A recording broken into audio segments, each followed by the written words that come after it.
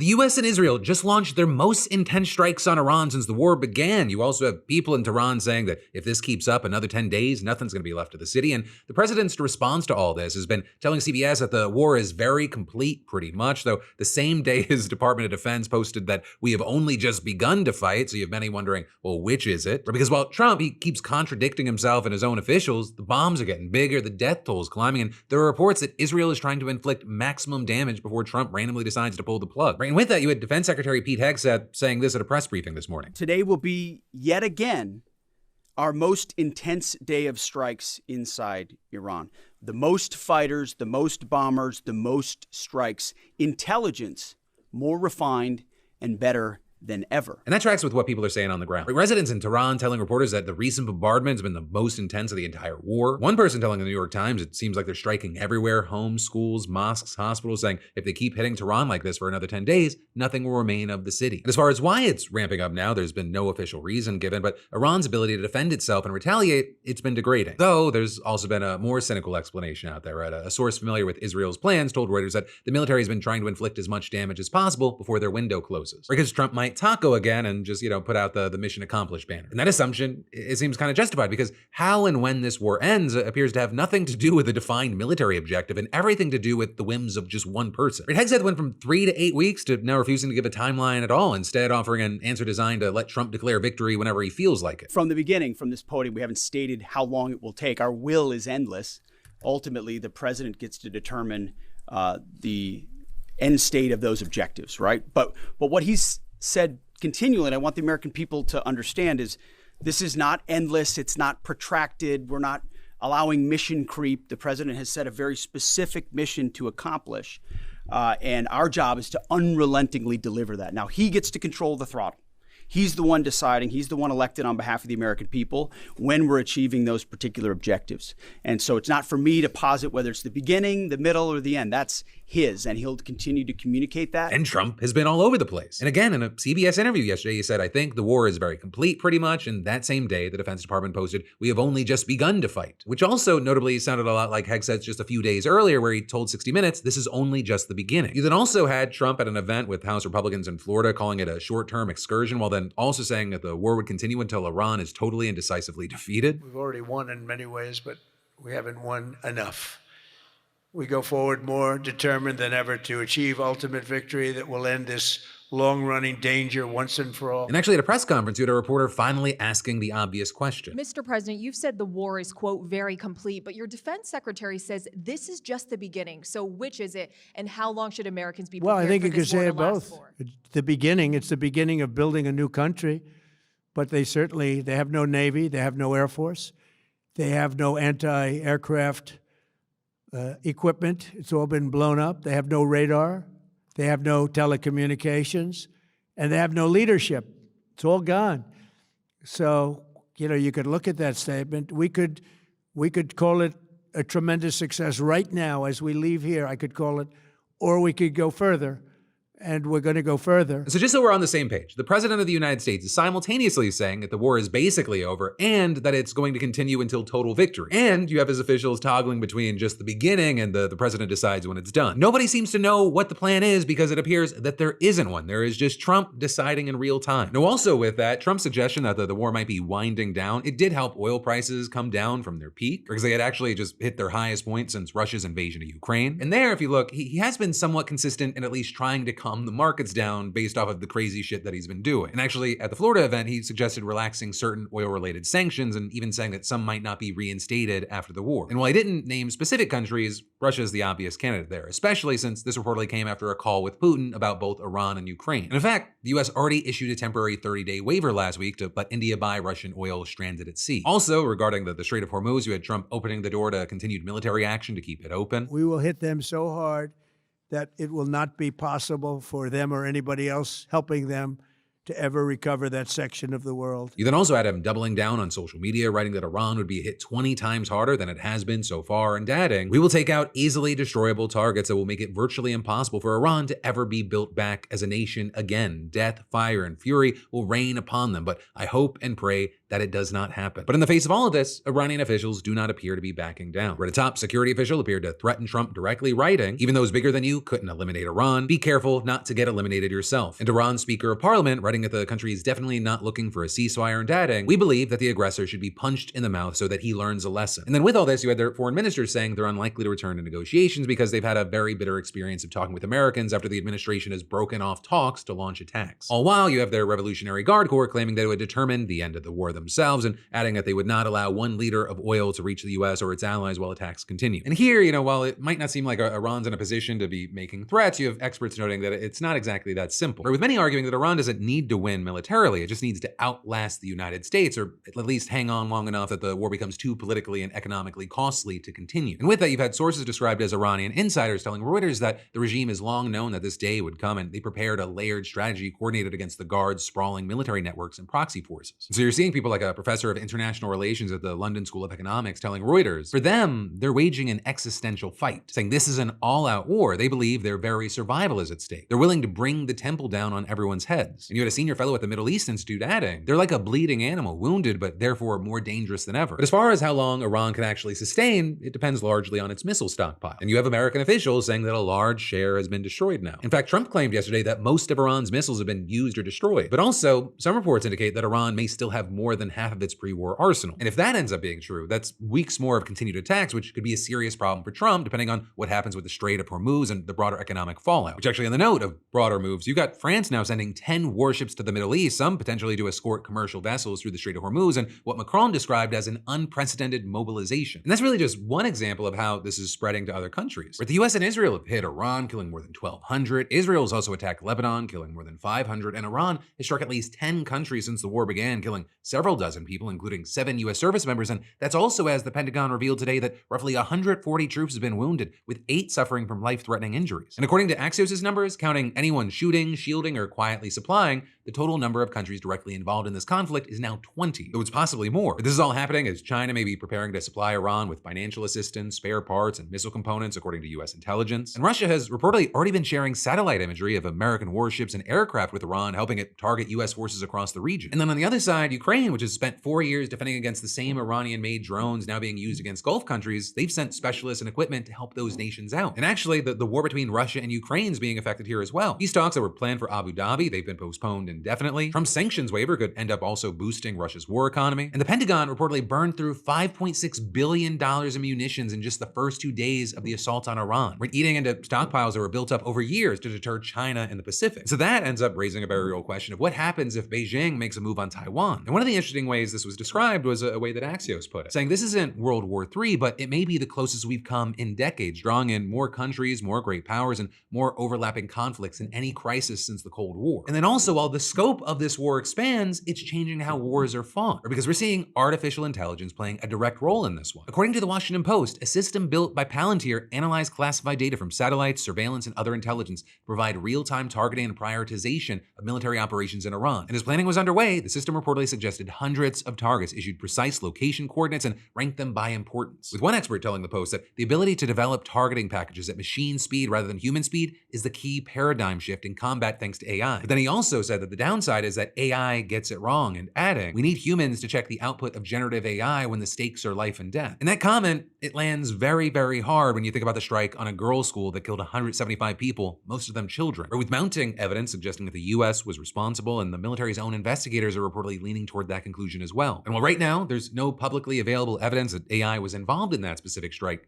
it is exactly the kind of mistake that people are worried about when algorithms make targeting decisions at a speed that humans can't keep up with. And then also, one of the things that stands out here is that the AI system that the military is using, it may have been built by Palantir, but embedded, reportedly, it's Claude, the AI tool developed by Anthropic. But even though the Pentagon is reportedly using Claude to pick targets in Iran, it also just banned every other federal agency and every company with a defense contract from using Anthropic's products. And the reason is that Anthropic refused to remove 2 safety restrictions: no domestic mass surveillance and no weapons that make kill decisions without humans. But for the Pentagon, they said no. They've also now punished the company, and so Anthropic is suing. And the case, it has implications for every AI company, every defense contractor, and every corporation that tries to push back against this administration. And as far as how we got here, back in January, you had Defense Secretary Pete Hegseth issuing a memo instructing all AI companies with Pentagon contracts to remove restrictions on their technology and give the military a blank check to use their products however it sees fit. And their argument was that, hey, the military follows the law and companies shouldn't be able to impose additional limits. And while most AI companies agreed to renegotiate, Anthropic, which had a $200 million pilot contract with the Pentagon, they didn't. Instead, they insisted that the DoD agree to two conditions. Again, no domestic mass surveillance and no autonomous weapons that may kill decisions without a human in the loop. Two things I think most people would think are fairly reasonable asks. But the Pentagon was not one of those with that opinion. Instead, you had Hegseth threatening that if Anthropic did not fall in line, he'd designate the company a supply chain risk. Right? And that essentially puts it on a government blacklist. When a company gets that label, it's cut off from future contracts and the government's typically required to stop using its products. But Anthropic, they held their ground and they missed the compliance deadline, which is why you then had Trump posting on Truth Social that he was directing every federal agency in the United States government to immediately cease all use of Anthropic's technology. But then also, 2 sentences later, he appeared to contradict himself by adding that there would be a 6-month phase out for agencies like the Department of Defense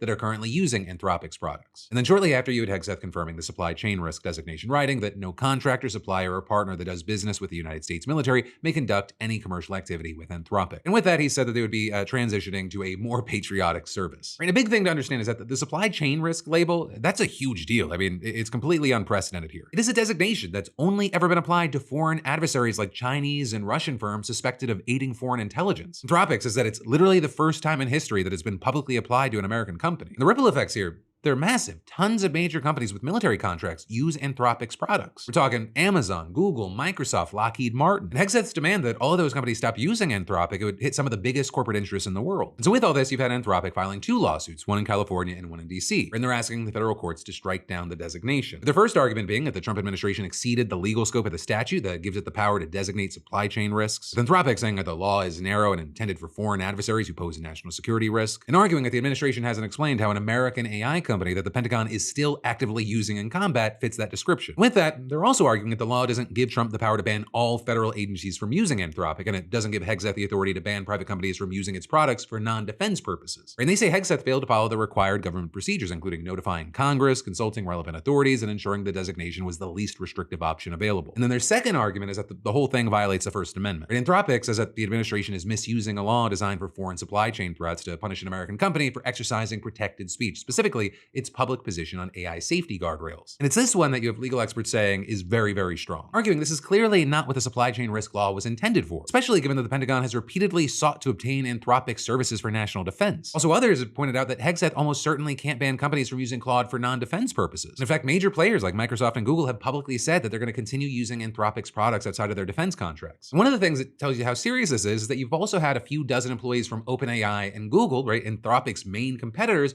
filing a legal brief supporting the lawsuit. And they argued that if the Pentagon wins, they would undoubtedly have consequences for the United States' industrial and scientific competitiveness in the field of artificial intelligence and beyond. And adding, by silencing one lab, the government reduces the industry's potential to innovate solutions. And then also you had a group representing some of the world's biggest tech companies sending a letter to Hegseth accusing him of misusing a law that exists for genuine emergencies. And so you're seeing like Anthropic's rival is going to bat for it in court, which it's very notable because the tech industry at large has kissed the ring in a lot of areas under this administration. In fact, that they're digging in here publicly, legally, on the record, it tells you how seriously they take the right to set their own guardrails on AI. And then there's more we've got to dive into in just a minute, but first let me thank a sponsor and say, if your week's moving so fast, you're basically eating whatever's closest, which let's face it, for me, it's usually something like Doritos, not the best choice. This is for you, right? Because today's sponsor, Factor, isn't a meal kit. It's food that's already done, and more importantly, it's good. Factor delivers fully prepared, dietitian-approved, chef-made meals that you can just eat and pretend you planned. No chopping, no pans, no what's the next meal spiral. When you have no time, it's the opposite of cooking. And my go-to lately has been their high protein meals when I want to stay on track without becoming a meal prep person. And the ingredients are great. Lean proteins, colorful veggies, whole food ingredients, healthy fats. And they cut the junk. No refined sugars, no artificial sweeteners, and no refined seed oils. And there's tons of variety, 100 rotating weekly options, plus calorie smart, Mediterranean, and really whatever will support your goals. Meals arrive fresh, never frozen, and you're eating in about 2 minutes. That's not cooking. It's a pit stop that's not eating up your day. No pun intended. So just scan that QR code or go to factormeals.com/DeFranco50 off and use code DeFranco50 off to get 50% off and a free breakfast for a year. Then diving right back into the news, the FBI just subpoenaed the 2020 election audit records from Maricopa County, Arizona, which is the largest county and the most important swing state in the country. Right? And this is that audit that was funded by MAGA organizations. The claims that it produced were debunked. And when the recount was actually done, they found more votes for Biden. And that was 5 years ago, but here we are again. With a federal grand jury issuing the subpoena to the Arizona Senate for for records related to its 2020 audit, and you had Arizona Senate President Warren Peterson confirming yesterday that they received it and complied. And of course, important context here is that Maricopa County was pivotal in 2020. It helped swing Arizona for Biden, making it the first time that a Democrat won the state since Bill Clinton in 1996. And Trump, ever since, he's been obsessed with it. He's definitely not alone. After the election, the Arizona Senate oversaw that audit, largely funded by groups that were openly MAGA, and they peddled conspiracy theories. More than $5.7 million came from organizations like America's Future, chaired by former Trump National Security Advisor Michael Flynn, and a nonprofit run by Sidney Powell, Trump's former lawyer who pled guilty in connection with her efforts to overturn his loss in Georgia. And the auditors submitted claims about deleted files, faulty internet connections, and questionable signature verifications, though none of it was substantiated, and Maricopa County pushed back hard. This board is done explaining anything to these people who are playing investigator with our constituents' ballots and equipment paid for with real people's tax dollars. The county was literally fact-checking the audit's claims in real time on social media, or making clear that most of the accusations were coming from either people who were just lying, or it was like an inexperienced, seemingly clumsy operation. And again, one of the wild things is that when the audit was finally completed, they found additional votes for Biden. Now, with all this, Arizona state law requires paper ballots to be destroyed 2 years after an election, so the originals are gone. But according to former Secretary of State Ken Bennett, the audit team made digital copies of the 2020 ballots. Now, whether those copies were included in what was turned over, that hasn't been confirmed. But also, I think we need to talk about is this is not happening in isolation. Less than 2 months ago, the FBI seized an election office in Atlanta, also in connection to the 2020 election. Or because Georgia, led in part by Stacey Abrams' organizing, went blue in 2020 for the first time since 1992, and just like Arizona, it was immediately under MAGA fire for allegedly rigging the election. If we could just go over some of the numbers, I think it's pretty clear that we won. We won very substantially, Georgia. It never made sense. Much of that had to do with Fulton County. So Arizona and Georgia, the two states that flipped in 2020, both are now under federal investigation for elections that have already been audited, litigated, and found to be legitimate. And as far as Trump with all this, he was predictably thrilled. They're posting on Truth Social that the subpoena was great, which is an odd reaction from someone who still hasn't found a single piece of evidence of rigging after 5 years of looking. Right, and then, connected to all this, you have Arizona Secretary of State Adrian Fontes raising the alarm, calling this part of a broader effort to undermine the electoral process. Right, and he's also spoken out against Trump's idea about nationalizing elections. There's nothing more un-American. That's just not how this country was built. That's not what the Constitution says. You had Fontes releasing a statement saying that these efforts are founded on conspiracy theories and raise serious concerns, and warning that prolonged disputes and conflicting claims risk creating unnecessary chaos and undermining public confidence in our election system. With him calling the subpoena a move by the DOJ to undermine the legal process. So you also had Arizona Attorney General Chris Mays being more blunt, calling it the weaponization of federal law enforcement in service of crackpots and lies. And all of this, it's connected because relitigating 2020, it's not just about the past, but it's about building the justification to change the rules for the future. We've watched this playbook develop over years now. When organizers like Stacey Abrams were building movements against voter suppression and actually increasing turnout, some of Trump's biggest supporters were pushing back against the idea of more people voting. A power grab that's smelling more and more like exactly what it is. And they were spewing that rhetoric while there were also real verifiable reports of voter suppression. Among other things like long wait times and closed polling locations, creating the exact kind of power imbalances that McConnell was projecting onto the other side. We know voter suppression is real, but we never talk about it. We take it for granted. And now you've got Trump trying to push to end mail-in voting entirely. We're going to end mail-in voting. It's a fraud. It's time that the Republicans get tough and stop it, because the Democrats want it.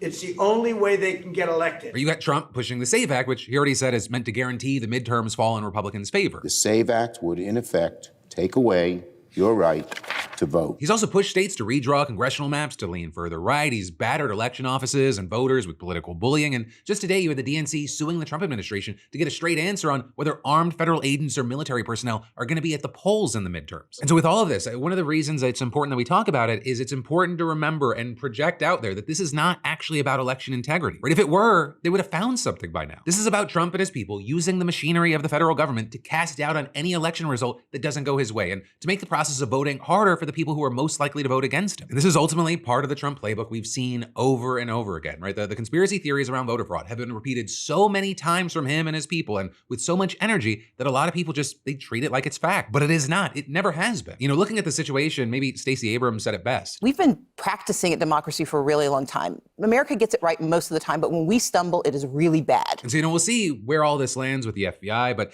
also I believe that the subpoena is not fully the point. That the doubt that it creates is the doubt is the weapon. And then actually on the note of doubt and uncertainty, let's talk about what's going on with the Supreme Court. Because 2 Supreme Court justices just went at it in public over whether the court's basically letting the Trump administration skip the line. With Justice Kavanaugh saying that they don't have a choice, Justice Jackson saying that they're the ones who created the problem, and the numbers, they actually appear to back her up. Right? The Trump administration has won 80% of the emergency cases that it's brought to court, which is a crazy number. But also first, let's get into some background, because since coming back into office, the Trump administration has flooded the Supreme Court with emergency applications. These quick requests to greenlight policies while lower courts are still debating whether they're even legal. So we're talking immigration, federal funding, banning trans athletes, firing independent agency leaders, things like that. And with that, you've had a whole chunk of the Trump agenda just fast-tracked. And how it works is, on the court's normal docket, justices choose which cases to take, they receive extensive written briefs, hear oral arguments, deliberate for months, and then they publish an opinion laying out how each justice voted and why. But on the emergency docket, what people call the shadow docket, you have cases typically decided without oral argument, without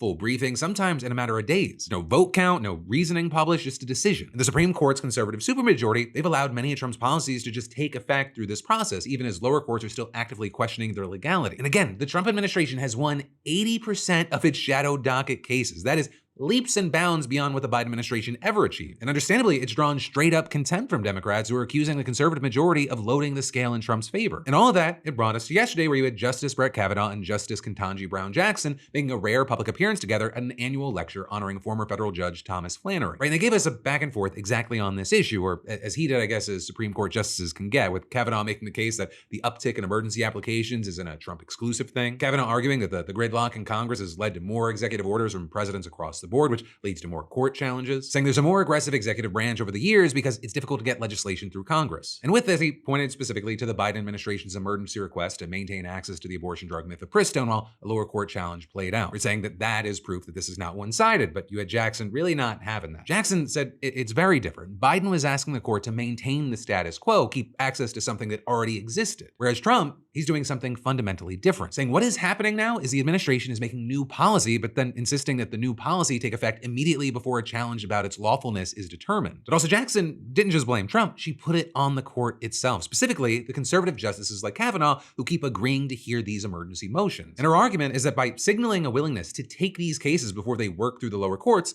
the conservative majority has just emboldened the administration to keep doing it. She called it a warped kind of proceeding, and the lack of written opinions and shadow docket decisions, it's a big part of what bothers her. Because when she writes a dissent on a normal case, she's speaking to the public, saying, when I am writing a dissent, I am speaking to the American people, probably more so than anybody. The hope is that at some point in the future, there will be enough people who are agreeing with the way I am viewing this particular issue. With then adding that this whole approach to the shadow docket, it's not serving the court and it's not serving our country well at this point. Well, Kavanaugh, to his credit, he didn't entirely disagree. Instead, he said that the speed at which they have to respond to these emergency cases is frustrating, saying none of us enjoys this, but then he also said he doesn't feel the court has a choice. Which, hey, this is just my opinion. That's just words. Right? His actions are that of someone being complicit, and, he can kind of complain about it, but he's still doing what he's doing. With all this, while obviously a big part of the question is, well, what is going to happen for the rest of Trump's term? I think having a longer vision on this, asking the question of what is the court system going to look like at the end of Trump's second term, that might be the bigger thing. Right? Because what happens if and when you get a Democratic president in there who looks at the Trump playbook, looks at how they've handled things and go, oh, okay, so that's what we're allowed to do. Because unfortunately, it feels like things have been used, abused, and broken to such a degree that if someone goes in there that's not a Republican and they try and do something that is like old school normal, they're not going to be able to accomplish anything, and the people that voted them in are going to resent them. And while I think that a lot of people, they crave some normalcy, the path back to normal probably involves a lot of non-normal things, at least based off of recent historic precedent. Though again, this is going to be a long-standing question, not even maybe the next 4 to 10 years, because there is a conservative supermajority there right now. And then there's more we've got to dive into in just a minute, but first let me thank a sponsor and say, paying $60 to $100 a month for wireless in 2026, it's equivalent to paying for dial-up on purpose. Right? Today's sponsor, Mint Mobile, was essentially built to save you money on your phone bill. They give you premium wireless without the premium price, and you can sign up online without dealing with the store chaos. And right now, they're offering y'all 50% off unlimited wireless plans, locking in Mint's lowest price ever, $15 a month on a 3, 6, or 12-month plan. That's $15 a month for unlimited, which is less than what some of you are paying in random fees alone. And if you don't need unlimited, Mint has 5 GB, 15 GB, 20 GB, basically a plan for every level of I never leave Wi-Fi. And the setup's simple. You buy in 3, 6, or 12-month chunks, and the longer you buy, the more you save. Just activate from home with eSIM, keep your number, or grab a new one, and there's a money-back guarantee if you're nervous. So stop letting your wireless bill break your bank. Get this new customer offer and pay just $15 a a month for a 3, 6, or 12-month plan. That's 50% off an unlimited wireless plan at mintmobile.com/DeFranco. Again, that's mintmobile.com/DeFranco, or scan that QR code. Go pay less and maybe feel morally superior about it. Then, diving right back into the news, New Mexico's Department of Justice is searching Jeffrey Epstein's Zorro ranch right now as part of a criminal probe into the property, where the files accuse Epstein of abusing women and girls there, and there's even an allegation that he ordered the bodies of 2 girls to be buried nearby. But despite all that, the property was never fully investigated the way that Epstein's other homes were. That is, until now. But also, you have officials being upfront about what they're up against. Where you're the state's attorney general recently writing an op-ed laying it out, saying, I want to be honest about the challenges ahead. Epstein has been dead for years. Zorro Ranch has changed ownership. Physical evidence may no longer exist, and the statute of limitations is likely run on many potential offenses. These are real obstacles, and survivors deserve to hear them stated plainly. But then adding, we will follow the evidence wherever it leads and leave no credible question unexplored. With them also promising to release a public report of all the findings, and you had the DOJ asking the public to stay away from the area and ground any drones nearby to avoid interfering with the operation. Now, as far as the ownership change, the estate sold back in 2023, and this year we actually learned it's now in the hands of a Texas real estate mogul who's actually just won the Republican primary for Texas comptroller. And he's promised full cooperation, calling the search a welcome step toward truth and justice. But also, since the property changed hands years after Epstein's death, you have the question of,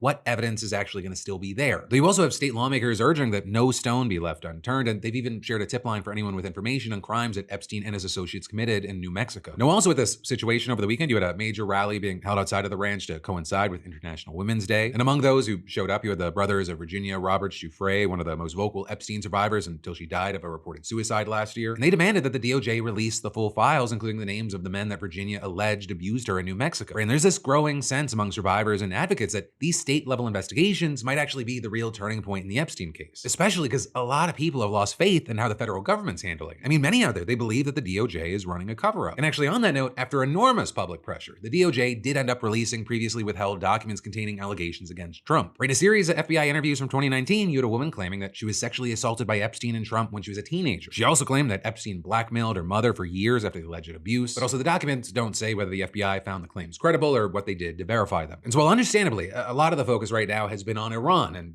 there are massive implications there. Between these allegations, the New Mexico search, and the constant stream of headlines that are still happening along with Iran at the same time, it still seems like there's a lot of energy to finding out more from this, and there are a lot of paths for lawmakers and investigators to go down in this case. And actually, with all this, you had Representative Ro Khanna writing last night, I will not relent until the files are released and we have investigations and prosecutions. Look, here's why people shouldn't give up hope, because when people cover it, when journalists make a big deal of it, then suddenly Pam Bondi relents and then we get 10,000 more files, 40,000 more files. So we need to just be on this until we can get a judge to order the release of the rest of the files. And that's really the core of it, right? The DOJ didn't release those Trump documents because they suddenly decided transparency was a priority. They released them because public pressure got too loud to ignore. Public outcry.